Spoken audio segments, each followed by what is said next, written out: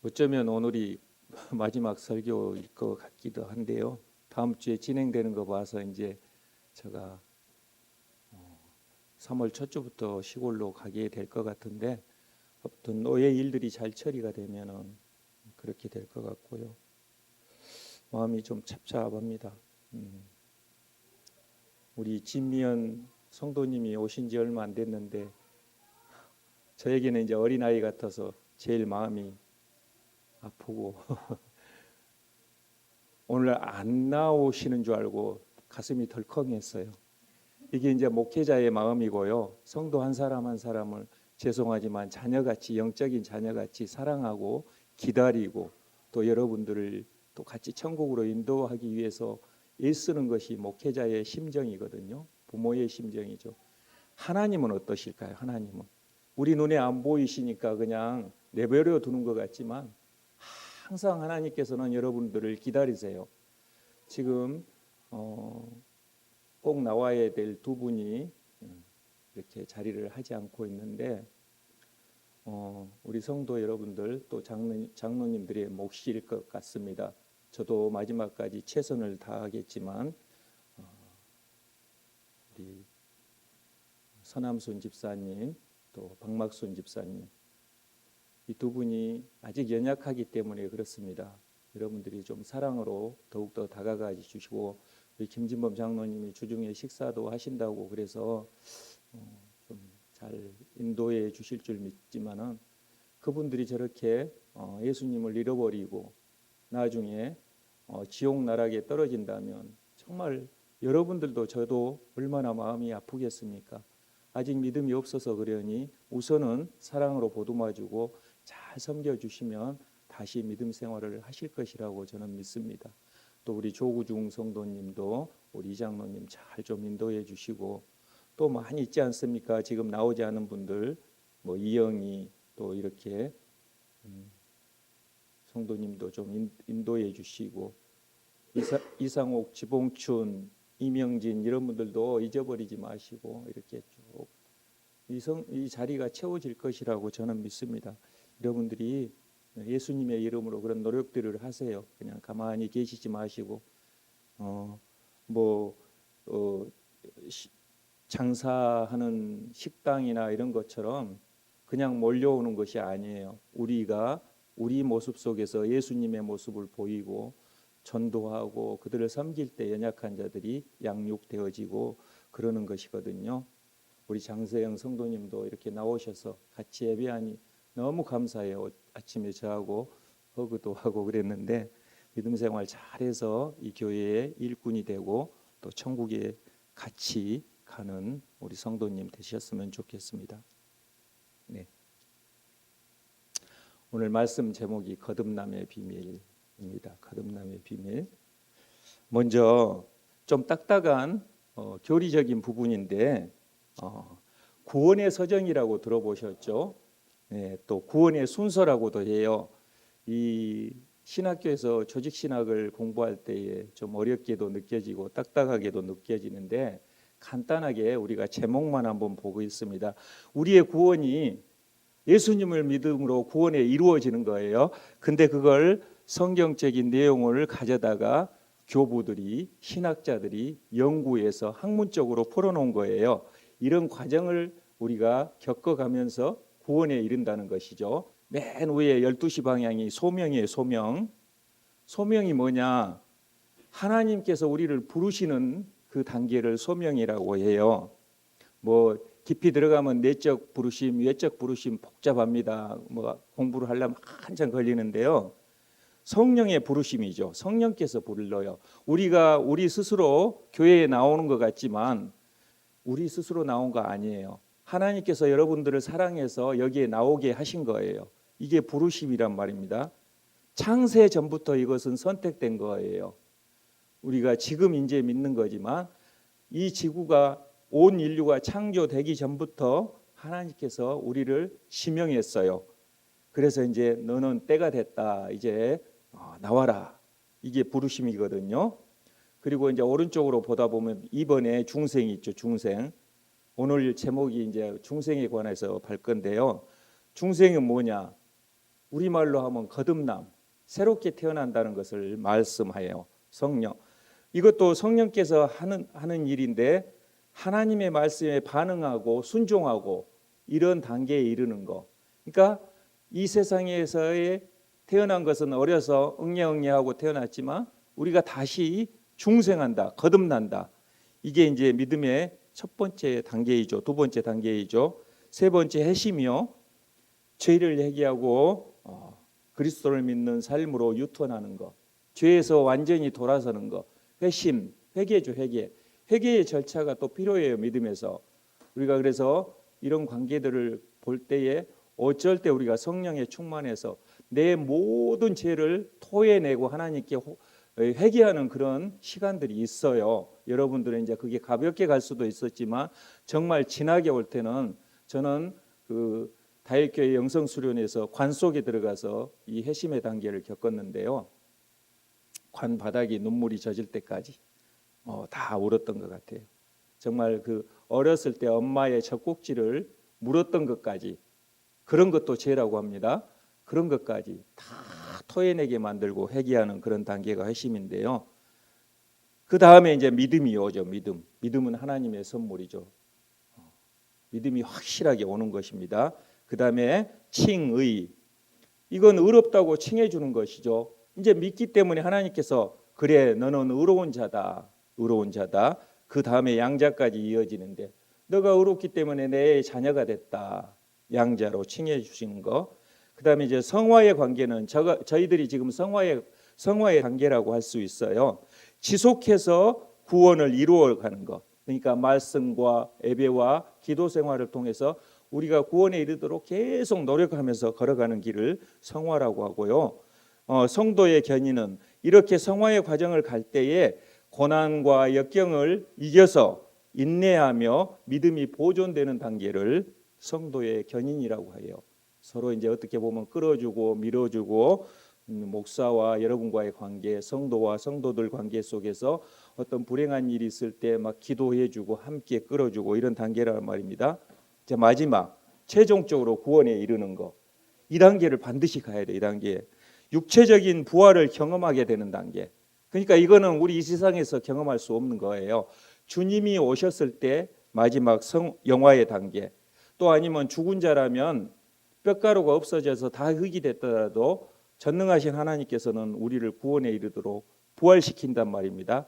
우리의 할아버지 할머니 뭐 고조 할아버지 돌아가신 부모님까지 다 부활시켜 가지고 그때 영화로운 육체적인 부활을 경험하게 되고 이제 구원이 예수님을 믿음으로 이때까지 잘 걸어왔던 사람은 이제 천국으로 인도되고 나머지는 이제 지옥으로 떨어지는 이런 관계죠. 오늘 본문은 중생에 대한 이야기입니다. 중생. 이 본문이 그렇습니다. 우리가 읽었죠. 유대 공의의 회원이라고 해요. 니고데모라는 사람이. 그 사람과 예수님의 대화가 기록되어 있습니다. 이 만남은 특별한 점이 있죠. 무엇보다도 니고데모는 당시 최고의 의결 기관이었던 사내들인 공의회라고 있어요. 거기에 회원이었어요. 그러니까 어떻게 보면은 종교 지도자죠. 높은 사람이죠. 감히 어떤 그 평민들하고 대화도 안 할 정도로 높은 지도자의 위치에 있는 사람이에요. 권위가 있고 이런 사람이 지난번에 제가 설교했을 때 예수님을 이때 당시에 어떻게 표현했습니까? 많은 사람들이 미친 청년이라고 했어요. 유명하지도 않아요. 하나님의 아들이라는 것도 몰라요. 감추어져 있기 때문에 예수님을 믿는 몇몇 사람은 알았죠. 그런 청년을 이 높은 지도자가 찾아왔어요. 지금으로 말하면 뭐 교황이나 어떤 총회장, 신학교의 어떤 학장이나 이런 정도의 위치가 우리 장세형 청년 같은 사람을 찾아온 거예요. 있을 수 없는 일이 벌어진 거죠. 근데 니고데모가 얼마나 복된 사람입니까? 그 높은 지위를 내려놓고 겸손하게 하나님의 아들인데 내가 가서 좀 만나봐야 되겠다 이렇게 찾아왔어요. 여기서 주목해야 할 부분은 이 대화 내용이요. 우리가 길게 21절까지 저희가 다 읽도록 했는데 이제 기억나는 부분들이 있을 것입니다. 이 대화를 통해서 예수님께서는 중생 교리에 대해서, 거듭남의 교리에 대해서 상세하게 설명해 주셨습니다. 신학자들이 이번 중생에 대해서 방대한 책을 쓰고 하는 것은 여기에서 요한복음 3장에서 근거를 가지고 이 책을 쓰고 가르치는 교리를 만들었던 것이에요. 중생이 뭐라 했습니까? 거듭남, 새로 태어난다는 거라고 했습니다. 조금 니고데모의 말이 맞죠. 사람이 어떻게 새로 태어나요? 우리는 나서 이렇게 자랐는데. 근데 예수님과 니고데모의 대화 속에서 그 답을 찾을 수 있는데 육적인 새로 태어남이 아니라 영적인 새로 태어남이라는 것이죠. 공관복음, 그러니까 마태, 마가, 누가복음 전체를 두루 살펴보아도 중생에 대해서 여기처럼 자세하게 언급한 부분이 없습니다. 그만큼 본문은 중생을 이해하는 데 없어서는 안 될 중요한 부분입니다. 좀 딱딱하게 들리실 수도 있지만은 우리가 이런 것들도 좀 깨닫고 또 지식적으로도 알고 있어야 돼요. 우리가 주일학교 교사를 하든 또 여러분들도 구역장이 되고 앞으로 뭐 권사님도 되고 장로님도 되시고 이렇게 하실 건데 지도자가 되기 위해서는 교리적인 부분도 알아야 된다는 것이죠. 이런 교리를 모르면은 이단에 빠지기 쉬워요. 이단. 그냥 달콤한 말에 어떤 한 구절만 가지고 와서 들이대 버리면은 여러분들 쉽게 무너질 수가 있어요. 중생의 의미에 대해서 한번 보겠습니다. 첫 번째 의미를 살펴보니 중생은 하늘나라에 들어가는 반드시 있어야 할 절대 조건입니다. 저 9가지 구원 사정이 다 필요하지만 중생도 절대 조건이에요. 적어도 중생에 있어서만은 이래도 좋고 저래도 좋다. 회심이 있어도 된다, 없어도 된다. 새롭게 태어나도 된다, 안 된다.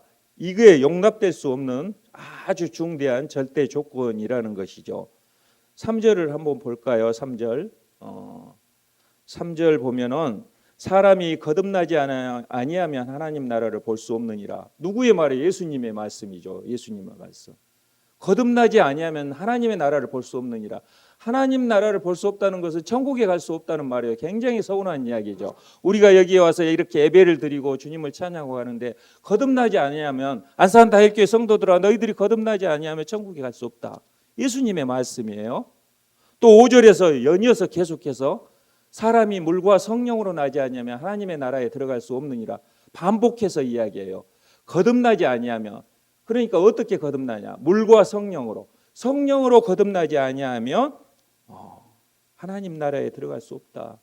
니고데모가 들을 때는 좀 아찔한 소리겠죠.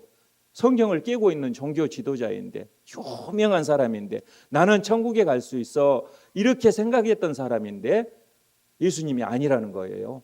너 아니다. 성령으로 거듭나지 않았으니까 너는 천국에 갈 수 없다. 이 말 아닙니까? 놀라운 일이죠. 여기서 우리가 우리 안산다일교회뿐만 아니라 다른 교회도 마찬가지죠. 우리 장로님들 죄송하지만 장로들아 너희들 성령으로 거듭나지 아니하면 천국에 들어갈 수 없다. 이렇게 하나님께서 직접 말씀을 하시면은 깜짝 놀랄 일이죠. 깜짝. 그러면서 예수님께서는 영적인 측면에서 볼 때 사람에는 2가지 부류가 있다는 것을 이제 쭉 설명해 갑니다. 6절 보면 말씀과 같이 육체적인 차원에 머물러 있는 사람, 또 성령으로 거듭난 영의 세계에 속해 있는 사람이 있다는 것이에요. 육적에 머물러 있는 사람은 머릿속에 성경 지식은 많다 하더라도 성령으로 거듭나지 않는 사람은 천국에 들어갈 수 없고 그냥 육적인 사람으로 남아 있다는 것입니다. 근데 거듭난 사람은 영적인 사람에 속한다는 것이죠. 그러니까 우리가 자연적인 출생, 우리 아린이가 저렇게 어린아이인데 아린이가 저 상태로는 천국에 갈 수 없다는 거예요. 아무리 착하고 죄를 짓지 않는 어린 아이라 하더라도 성령으로서 거듭나야 천국에 갈 수 있다는 것이죠. 근데 저 아이가 우리는 몰라요. 성령으로 거듭난지 하나님께서 벌써 은혜를 주셔서 저 아이가 아침이면 할머니를 거꾸로 이렇게 끌고 할머니 교회 가요 이렇게 온다는데 이게 성령의 역사하심이 아니면 저런 일이 일어나겠습니까? 집에서 TV 보고 집에서 편하게 놀고 싶겠죠. 그래서 어린아이에도 성령의 역사가 있을 것이다. 저는 그렇게 믿고 싶어요.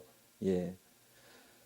영적 출생, 곧 성령의 재씻음을 입고서야 비로소 사람은 하나님의 자녀로 인정될 수 있다고 이제 예수님께서 이렇게 쭉 이어나가는데요. 적어도 하늘나라에 대한 진리, 그러니까 말씀을 깨닫고 하나님의 자녀로 변화되는 것에 대해서는 예수님께서 제시하신 이 길, 중생의 길, 거듭나는 길 외에는 다른 방법이 선택될 수 없습니다.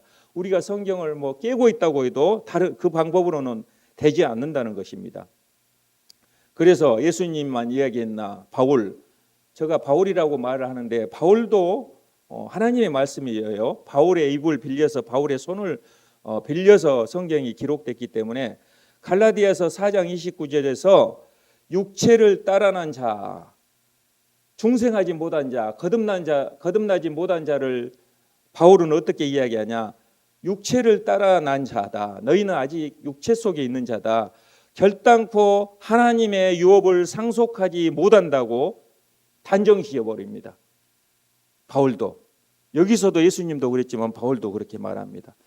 이는 결국 중생을 맛보지 못한 것, 거듭나지 아니하면 하나님의 자녀가 될 수 없다는 사실을 계속해서 성경에서 강조를 하고 있는 것입니다.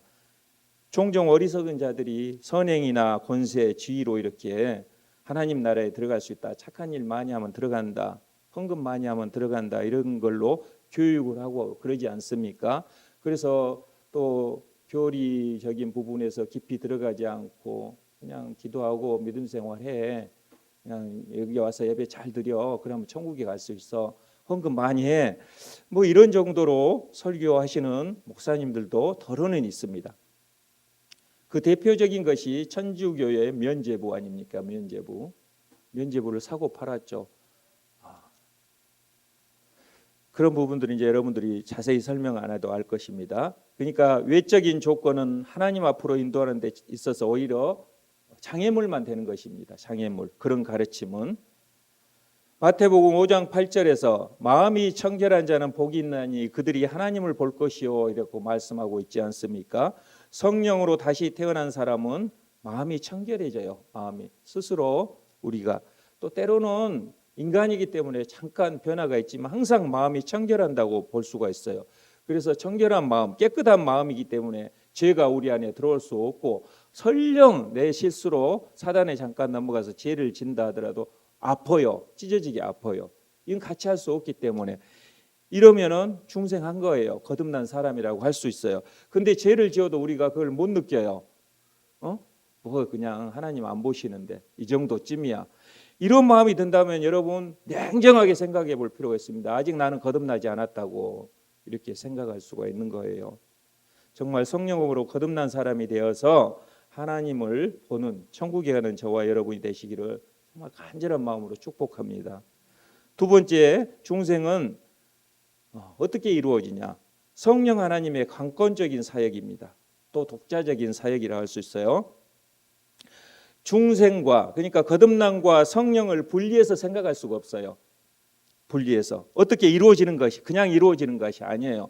우리의 도덕적인 생각 이런 걸로 이루어진 것도 아니란 말입니다. 중생은 성령의 단독적이며 강권적인 역사라고 이렇게 사역이라고 성경에는 기록하고 있습니다. 5절로 8절 쭉 보면은요. 5절 보십시오. 사람이 물과 성령으로 나지 아니하면, 그러니까 물은 세례잖아요. 세례도 성령의 충만함을 통해서 믿음이 있어야 세례가 베풀어지는 거고요. 성령으로 나지 아니하면 중생이 될 수 없다는 거예요. 성령만이 할 수 있는 단독 사역이라고 이제 신학적인 용어로 그렇게 단독으로 성령만 할 수 있는 사역이라는 것이에요. 나는 중생했어. 내 스스로 하는 건 교만한 소리죠. 그리고 6절로도 쭉 보면은요. 영으로 난 것은 영이니, 그러니까 영으로 나야지 영적인 사람이 되는 것이에요. 그리고 8절에도 쭉 밑에 내려와서 보면 성령으로 난 사람도 다 그러하니라 이런 말이 있는데, 성령이 아니고서는 어떻게 우리가 거듭날 수가 없다. 중생은 성령의 단독 사역이라는 걸, 여기서 단독 사역이라는 말은 나오지 않지만 성령 외에 뭘로 다른 방법으로 표시된 게 없잖아요. 지금 성령으로 중생이 거듭난다는 것이죠. 그러니까 우리가 거듭나고 싶어도 거듭나지 못해요. 성령께서 우리에게 개입하셔야 되는 것이에요.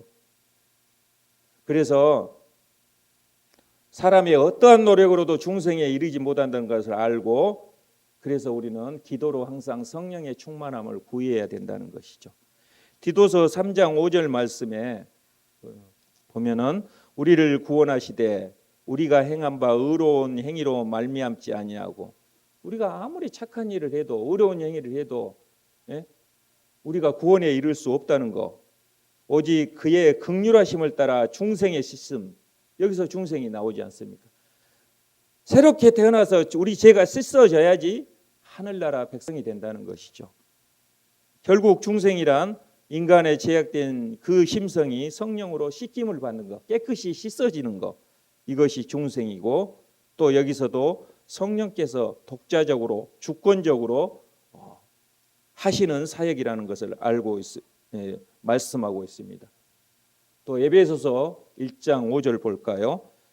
그 기쁘신 뜻대로 우리를 예정하사, 이 중생이 어떻게 이루어집니까? 예정, 여기서 이제 예정론이 있죠. 예정론을 부정하는 우리 교단도 있고 단체도 교회도 있어요. 성경에서 기록된 말을 부정하면 안 되겠죠. 받아들여야겠죠. 우리 합동 교단은 철저하게 받아들이죠. 예정론을. 예정론이 뭡니까? 창세전에 뭐가 하나도 없을 그 단계부터 삼위 하나님이 박영수, 김진범 너는 내 자녀야 이렇게 찍어놨다는 거예요. 예정을 해놨다는 거예요. 예정. 그걸 쭉 살아오다가 이제 지금 2024년 이 시점이나 아니면 그 전 시점에 이런 중생의 과정을 겪게 하시고 이 믿음의 여정을 가게 하시는 거, 이게 하나님의 놀라운 사역이죠.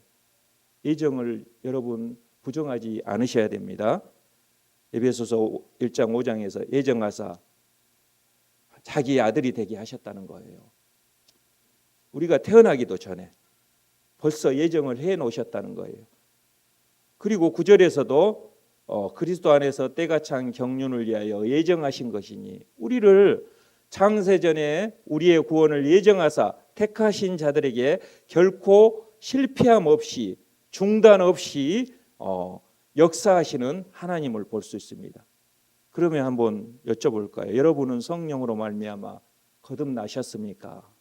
이렇게 물어볼 때 이제 마음속으로 대답을 하셔야 되는데, 이렇게 물어볼 때, 즉 중생의 씻음과 성령의 새롭게 하심, 아까 디도서 3장 5절에서 봤죠. 중생의 씻음과, 그러니까 거듭남으로서 우리가 죄가 씻어지고 성령으로 새롭게 됐냐 이 말입니다.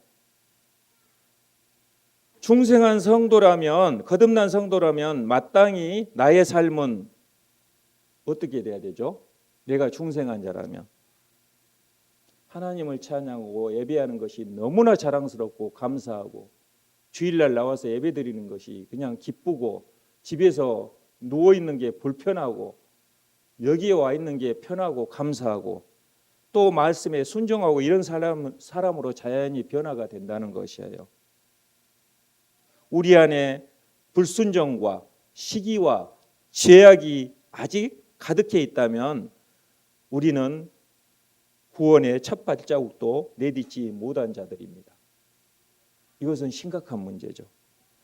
성령의 다스림을 받는, 그리하여서 정말 우리가 새롭게 성령으로 거듭나서 정말 자연스러운 우리의 예배, 찬양할 때도 나의 기교를, 어떤 분이 우리 성전에 와서도 그랬잖아요. 노래방에 가서 노래하듯이 나의 기교로 찬양을 하는 그 모습을 보았습니다.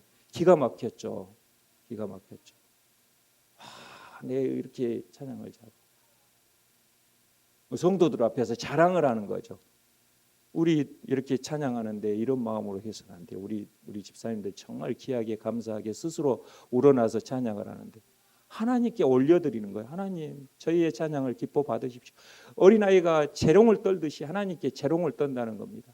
좀 음정이 틀려도 목소리가 안 좋아도 좋아요. 하나님께서 받으시는데 우리의 마음을 받으신다는 거예요. 이렇게 찬양하고 예배하는 그런 중생하는 저희들이 되어야 되지 않겠습니까? 물론 우리 중생이 다 됐다고 봅니다. 저는 뭐가 잘못됐다고 다시 중생합시다 이런 뜻의 설교가 아닙니다. 중생, 정말 성령의 다스림을 받는 저와 여러분이 되시기를 간절히 기도합니다. 세 번째, 중생은 아까 우리 구원의 8가지, 7가지로도 이제 분류하고 9가지로도 분류하는데 첫 번째 단계였죠. 부르심 다음에 중생이었잖아요. 두 번째가 중생은 구원의 시작 단계예요. 흔히 중생하면 거듭나면 신앙생활이 완성된 것으로 생각하는 경향이 있는데요. 그렇지 않습니다. 중생은 구원의 순서상 지극히 앞부분을 차지합니다.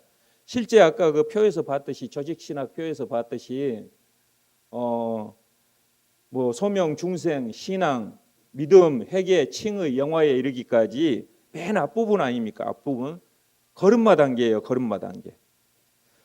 그러므로 일단 중생한 자라고 할지라도 구원의 안성을 위해 계속해서 이런 신앙의 단계, 중생의 회개, 칭의 이렇게 해서 이렇게 관계를 걸어가야 된다는 것이죠.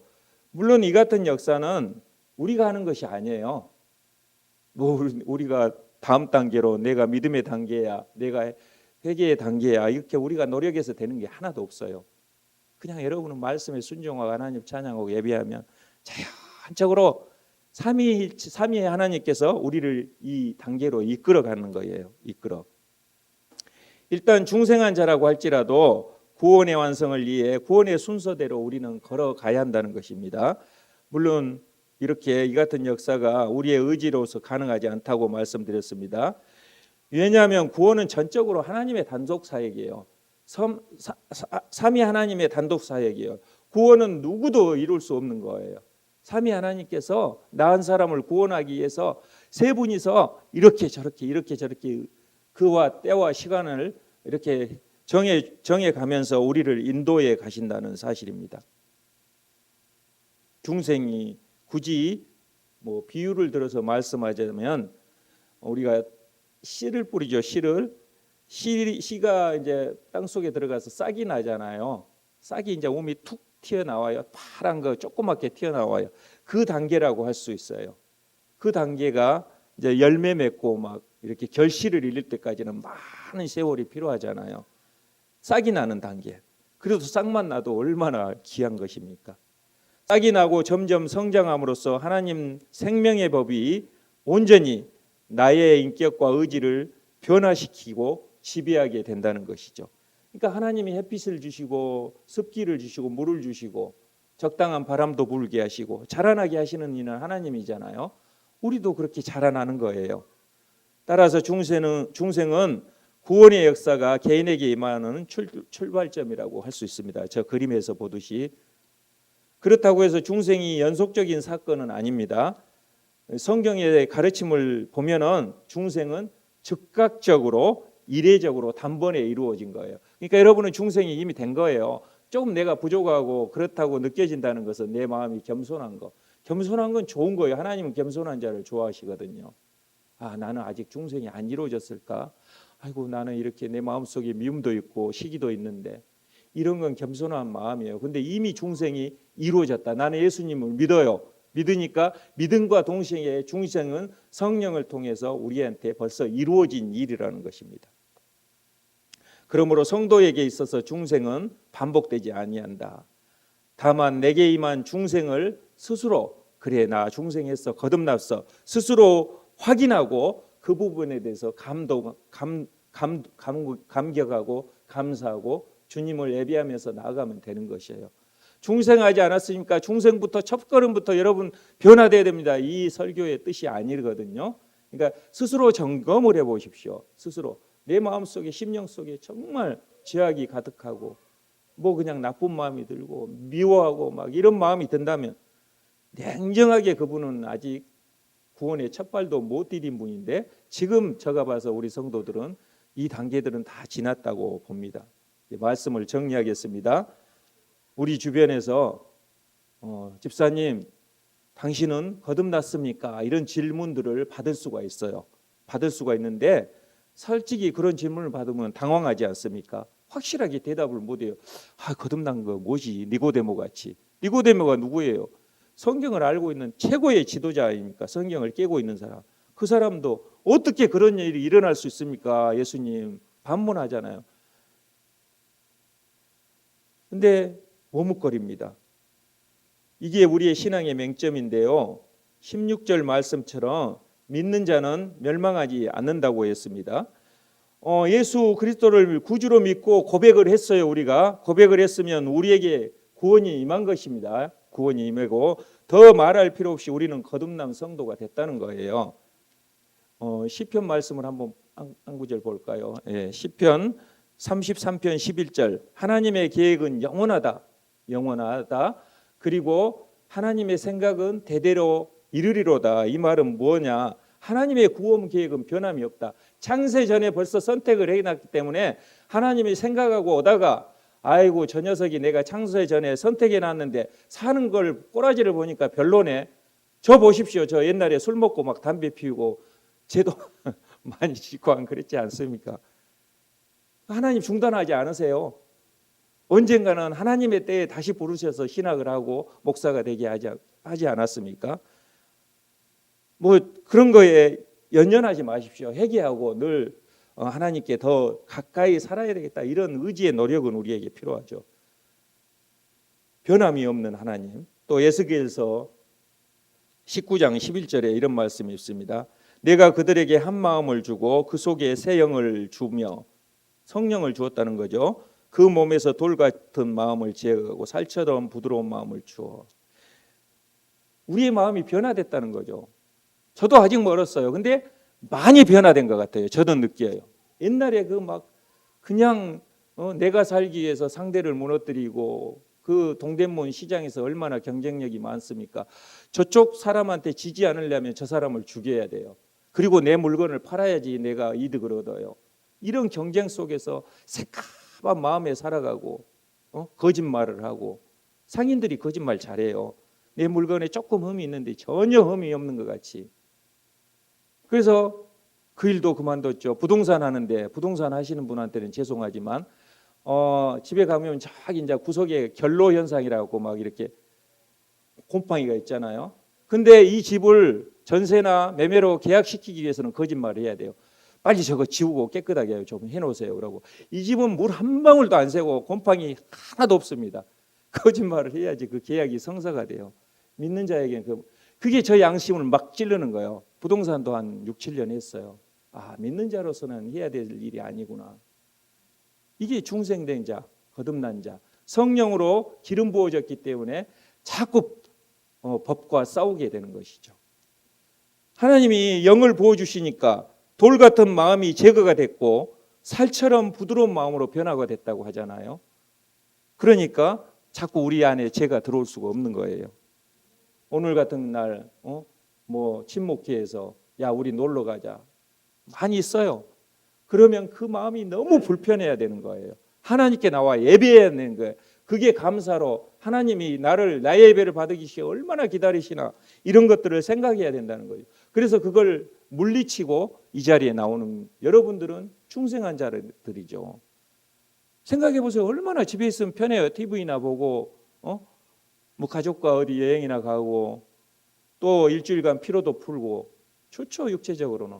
근데 그걸 무릅쓰고 이 자리에 나왔다는 건 거듭났다는 거예요. 여러분들은 구원의 서정에 벌써 몇 단계를 가고 있다는 것입니다. 예수님을 믿고 구원에 이른 성도는 정말 거듭났으며 그 거듭난 것은 취소되지 않는다고 말씀하고 있습니다. 성령으로 거듭나게 해주심에 감사하면 됩니다. 하나님 감사합니다. 감사합니다. 그리고 성령으로 거듭났으니까 우리 마음이 정결해요.